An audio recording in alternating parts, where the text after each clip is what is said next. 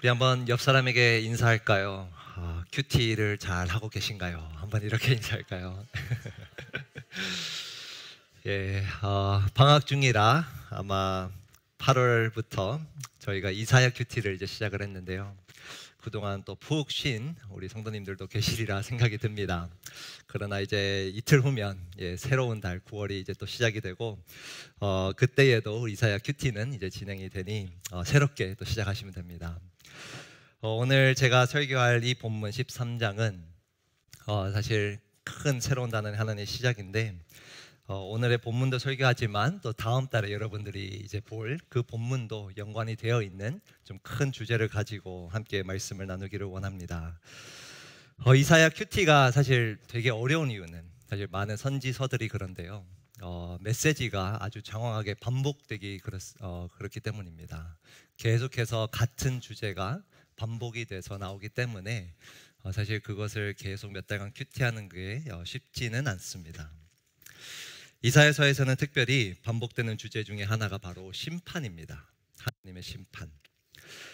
저는 오늘 이 본문을 통해서 심판에 대하여 딱 세 가지를 좀 함께 살펴보기를 원합니다. 첫 번째는 심판의 대상이고요.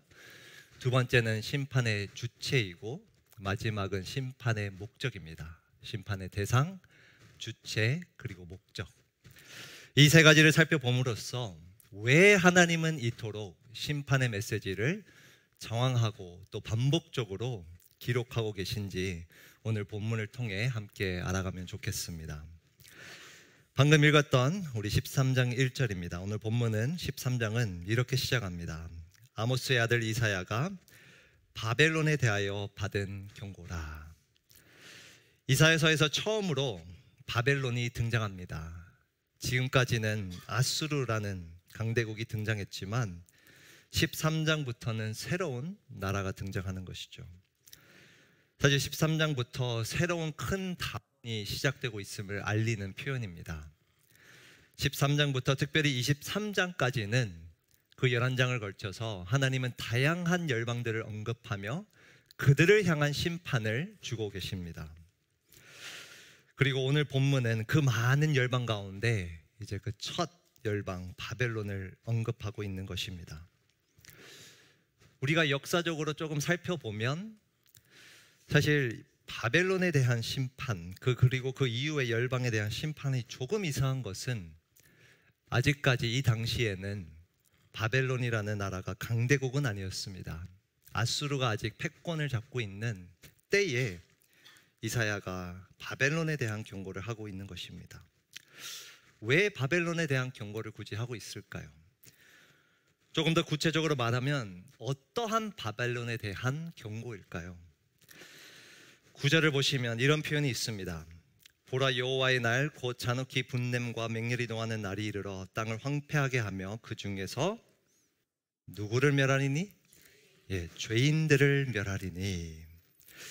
이 구절을 히브리어로 보면 의도적으로 이 죄인들이라는 주어를 이 명사를 순서를 앞당겨서 강조하고 있습니다. 하나님은 이사야 선지자를 통해서 바벨론에 대하여 경고하시며 특별히 죄인들에 대해 심판하심을 일러주고 계십니다. 그리고 더 구체적으로 이 죄인들을 이렇게 또 표현합니다. 11절 보시면 내가 세상의 악과 악인의 죄를 벌하며 교만한 자의 오만을 끊으며 강포한 자의 거만을 낮출 것이며, 또 19절을 보시면 열국의 영광이요 갈대아 사람의 자랑하는 놀이개가 된 바벨론이.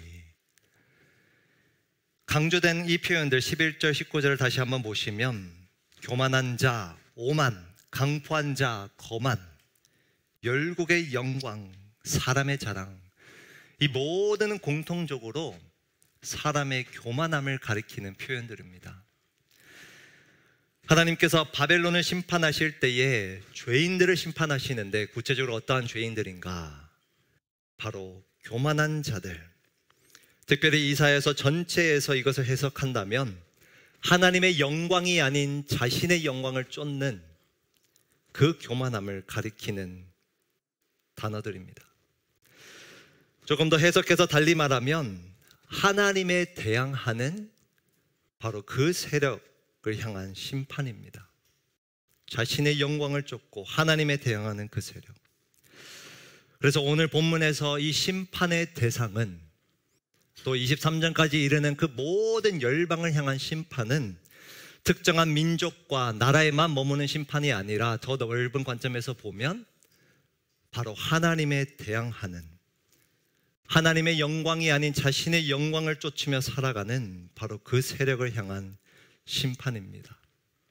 그래서 이번 1번 대지의 심판의 대상은 바로 하나님에 대항하는 세상입니다. 하나님에 대항하는 세상. 제가 일전에, 아주 오래전의 이야기입니다. 미국에서 이제 농구를 이제 공원에서, 야외에서 이렇게 하고 있는데, 사실 거기서는 이렇게 공원에서 특히 밖에 더울 때 농구를 할 때는 유니폼이 특별히 없으니까 팀을 가를 때 한 팀은 위통을 벗고, 옷을 벗고 이제 한 팀임을 표시를 하고요, 또 다른 팀은 이제 옷을 입고 이렇게 뜁니다. 아직도 기억나는 것이, 이제 한국은 요즘에야 이제 좀 문신이 이렇게 많이 좀 하게 되는 추세인데, 미국은 뭐 오래전부터 문신이 많았습니다. 문신한 사람들 자주 볼 수 있었는데, 그 중에 한 사람이 상대편 편에 가슴판에 영어로 바벨론 딱 아주 화려한 글씨로 이렇게 딱 박혀 있고, 그 양쪽에 근육진 팔이 이렇게 딱 표시가 되어 있는 것을 잊을 수가 없습니다. 그래서 저는 그날 바벨론과 겨루며 농구를 했습니다.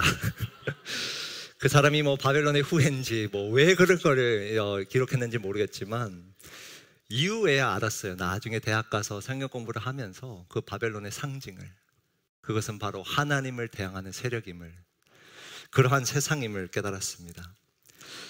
여러분, 지금은 아수르나 바벨론이나 이사야서에 언급되는 그 열방은 없지만, 여전히 지금도 하나님을 대항하는 세상은 존재합니다.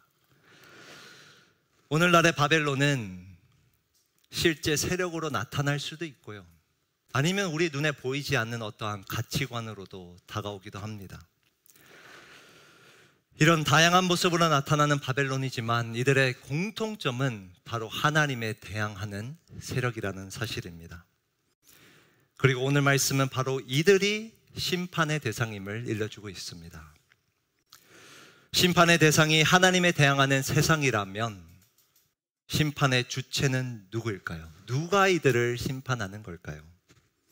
오늘 본문을 잘 관찰해 보면 바로 이 심판의 주체를 매우 강조하고 있음을 알 수 있습니다. 3절 말씀입니다. 함께 우리 3절 말씀을 읽도록 하겠습니다. 시작. 자들에게 명령하고 나의 위엄을 기뻐하는 용사들을 불러 나의 노여움을 전하게 하였느니라. 3절에서 이 원어로 보면요, 사실 히브리어에서 불필요한 이 나라는, 내가라는 이 주어를 추가해서 사실은 강조하기 위해 추가했습니다. 내가, 또 나의 1인칭 주어의 표현들이 계속 등장하고 있어요. 그리고 11절 12절에 보면 또 반복적으로 나옵니다. 내가 세상의 악과 악인의 죄를 벌하며 내가 교만한 자의 오만을 끊으며 내가 강포한 자의 거만을 낮출 것이며 내가 사람을 순금보다 희소하게 하며. 제가 일부러 원어를 좀 직역해서 이 나라는 단어가 반복됨을 표현하기 위해서 11절에서 괄호로 좀 첨부를 했습니다. 도대체 이 내가, 나가 누구일까요? 4절에 보시면 이렇게 또 표현합니다.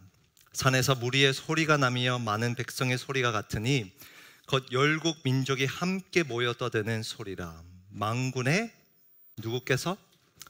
여호와께서 싸움을 위하여 군대를 검열하심이로다. 5절에 보시면 또 여호와와 그의 진노의 병기라 이렇게 표현하고 있어요. 우리가 다 예상했겠지만 오늘 본문에서 반복되는 이 내가 누군가? 바로 여호와 하나님이십니다. 오늘 본문을 잘 관찰해 보면 이 심판의 주체가 하나님이 되심을 무척 강조하고 있어요. 그래서 이 여호와 그리고 나라는 1인칭 이 표현 말고도 또 다른 표현이 등장하는데요. 그것은 바로 6절에 보시면 여호와의 날이라는 표현이에요. 여호와의 날. 이 표현은 9절에서도 또 등장합니다. 보라, 여호와의 날 곧 잔혹히 분냄과 맹렬히 노하는 날이. 이 날은 무슨 날인가? 특정한 24시간의 날을 가리키는 것이 아니라 바로 하나님의 심판이 임하는 그때를 가리키는 표현이에요. 하나님의 심판이 임하는 그때. 그래서 13절에서는 풀이해서 이렇게 또 설명합니다. 그러므로 나 만군의 여호와가 분하여 맹렬히 노하는 날에. 우리는 이러한 여호와의 날, 이 표현을 보면 시점에 대해서 관심을 갖지만 사실 성경에서는 이러한 표현을 쓸 때 어느 때인가를 강조하기 위함이 아니라 누구의 심판인가를 강조하기 위해 가리키는 표현입니다. 바로 여호와의 날, 여호와의 심판입니다.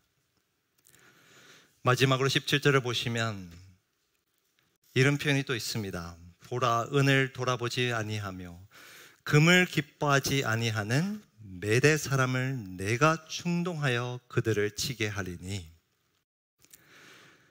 13장 17절부터는 16절까지 언급된 그 심판에 대해서 누가 직접적으로 그 심판을 행할 것인지를 가리키고 있습니다. 바로 메대 사람, 아수르 이후에 등장할 그 메대 사람을 가리키고 있어요. 그런데 여기서도 중요한 것은 바로 이 내가라는 표현이에요. 메대 사람을 내가 충동하여. 심판의 도구는 메대 사람이지만 그 심판을 행하는 주체는 여호와 하나님이십니다. 오늘 본문은 지속적으로 반복적으로 심판의 주체가 바로 여호와 하나님임을 가리키고 있습니다. 2번 대지입니다. 심판의 주체는 여호와 하나님이십니다. 여러분들이 오늘의 이 큐티 본문 그리고 내일의 큐티 본문을 잘 관찰해 보시면 얼마나 혹독한 심판이 내려질지 그러한 표현들도 물론 담겨져 있지만 더 강조하는 바는 바로 이 심판의 주체입니다. 여호와 하나님. 여호와 하나님이 심판의 주체 되심을 계속해서 반복하고 있는 거예요. 하나님에 대항하는 그 세상을, 그 세력을 하나님께서 직접 심판하심을 이야기하고 있습니다.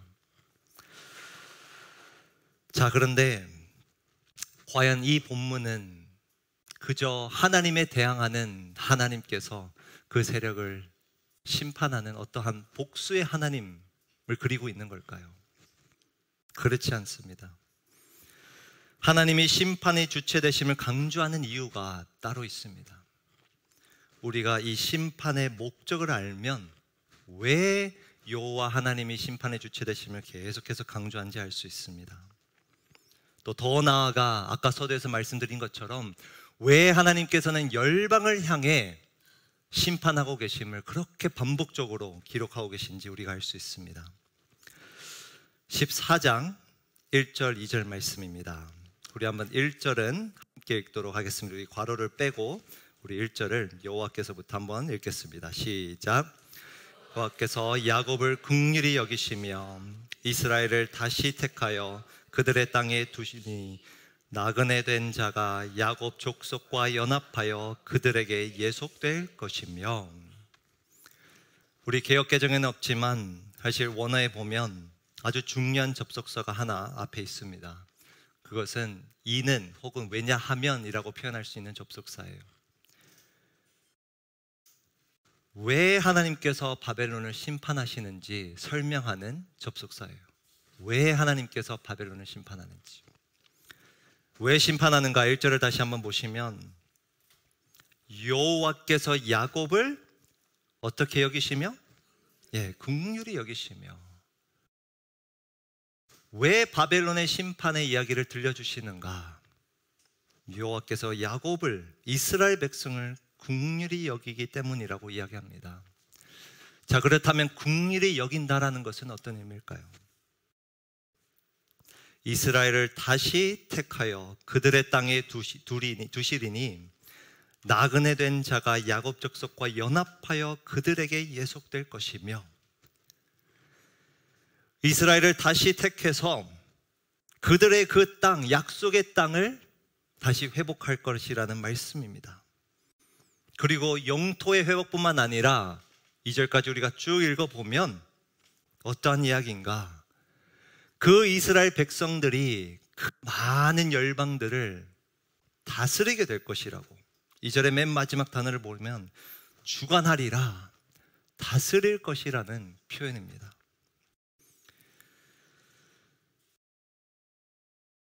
이사야를 큐티하며 이런 질문을 우리가 하게 됩니다. 왜 굳이 열방을 향한 그 심판의 내용을 하나님께서 반복적으로 기록하셨을까? 그것도 이 이사야서는 사실 이스라엘 백성에게 본래 주어진 책인데 열방을 향한 심판의 내용을 그 열방이 아니라 왜 이스라엘 백성에게 들려주고 계신가? 그 이유는 하나님이 이토록 열방 심판하는 이유는 자신에 대하여 대항하는 그 세상을 심판하는 그 목적은 바로 이스라엘 백성으로 하여금 하나님께 소망을 두게 하기 위함입니다. 왜 세상을 향한 이 심판의 내용을 이스라엘 백성에게 들려주시는가? 그 백성으로 하여금 이 세상 속에 살며 계속해서 하나님에게만 소망을 두도록 하기 위함입니다. 이것이 심판의 목적입니다. 3번 대신데요, 심판의 목적은 세상 속에서 여전히 하나님께 소망을 두게 하기 위함입니다.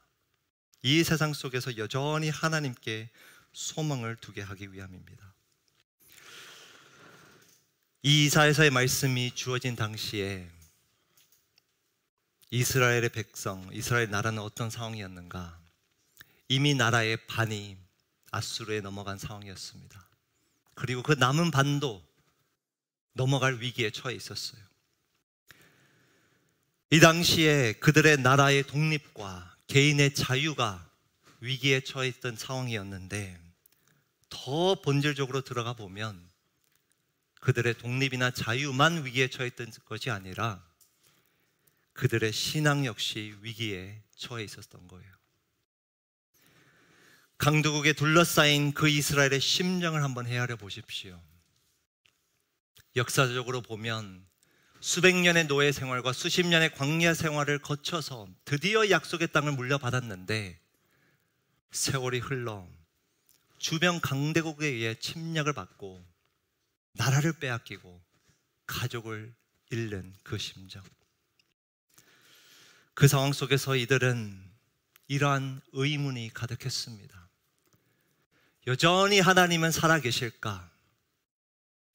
하나님의 나라라는, 하나님의 백성이라는 우리는 이렇게 약한데, 하나님을 전혀 믿지 않는 저들은 그토록 강한데 우리는 과연 누구의 손을 붙잡고 살아가야 할까?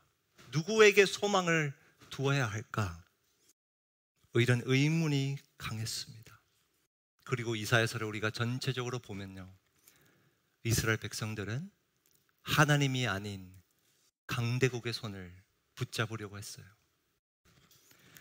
바로 그러한 백성에게, 그러한 이스라엘에게 하나님은 열방을 향한 심판의 메시지를 주시며 그가 여전히 살아계시고 여전히 세상을 다스리는 분이심을 보여주신 것입니다. 현재는 아무런 소망이 없는 것처럼 보이지만, 그 세상이 승리할 것처럼 보이지만 하나님이 반드시 이 세상을 심판하시고 동시에 그의 나라와 백성을 회복시켜 다스리게 할 것임을 다시 한번 약속의 말씀으로 상기시켜 주신 것입니다.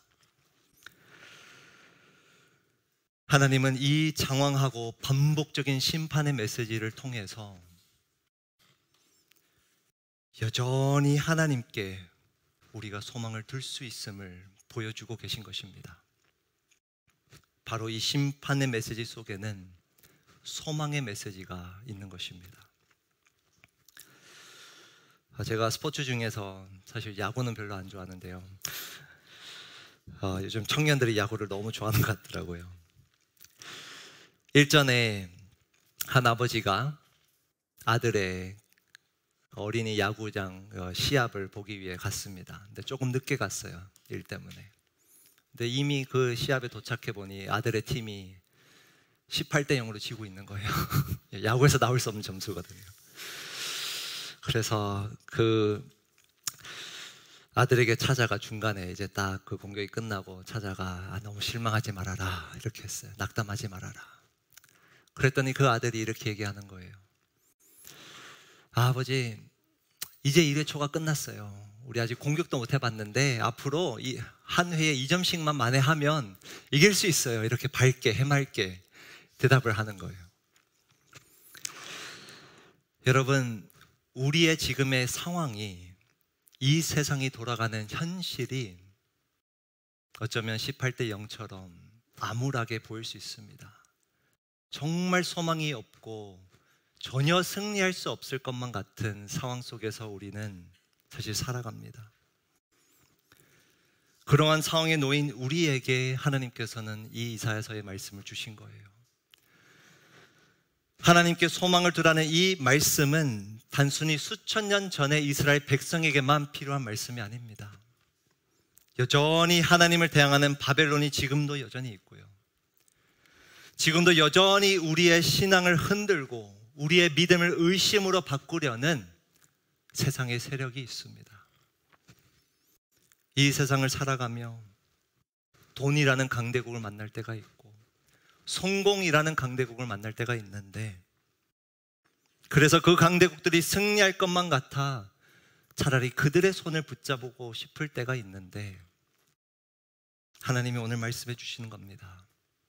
이 심판의 메시지를 기억하라고, 심판의 대상을 기억하라고. 우리가 붙잡고 싶은 하나님 이외에 소망을 두고 싶은 그 모든 것들은 언젠가 심판을 받아 사라질 것이라고 들려주고 계신 거예요. 심판의 주체이신 여호와 하나님만이 진정한 우리의 소망이 되신 줄 믿습니다. 그분은 여전히 다스리고 계시고 반드시 이 땅을 심판하실 거예요. 그리고 훗날 그의 나라를, 그의 백성을, 저와 여러분을 온전히 회복시켜 함께 다스리게 하실 줄 믿습니다. 심판의 내용이 끊이지 않는 이 이사야 말씀 속에서, 어려운 큐티 속에서 정말 여호와 하나님만이 진정한 소망 되심을 끊임없이 고백할 수 있는 우리 모두가 되길 주님의 이름으로 축복합니다.